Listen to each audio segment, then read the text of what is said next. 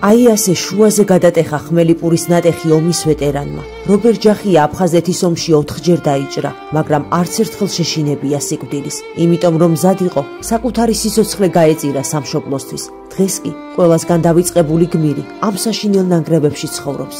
საბრალო კაცწლების წინ მანქანა დაეჯახა და ხერხემალი დაუზიანდა. ასევე მარცხენა ყურშის საერთოდ არ აქვს მენა. მარცხენა თვალშიც ბოლომდე დაკარგა მხედველობა ომში დაჭრისას. თუმცა ავადმყოფობაზე მეტად ისაწუხებს, რომ დღეს ის ყველასგან დავიწყებულია.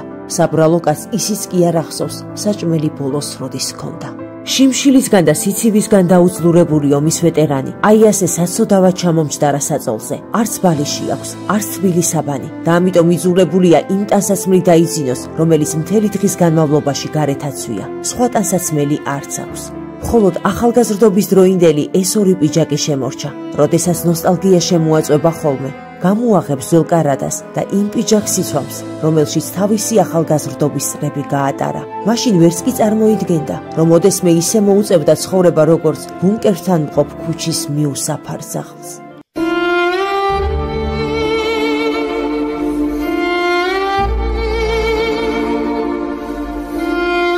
მას ამ სამყაროში საერთოდ არავინ ყავს, მარტო ხელა კაცი სიმწრის სრემლებით ტირის. სადაცაა ეს ავარიული სახლი დაინგრევა და შიგ მოიყოლებს ჩვენი დროის გმირს. ნუ თუ ამას ოდესმე ვაპატიებთ ჩვენს თავს. მეგობრებო, ახლა ის დროა, როცა სრულიად საქართველო უნდა გავერთიანდეთ.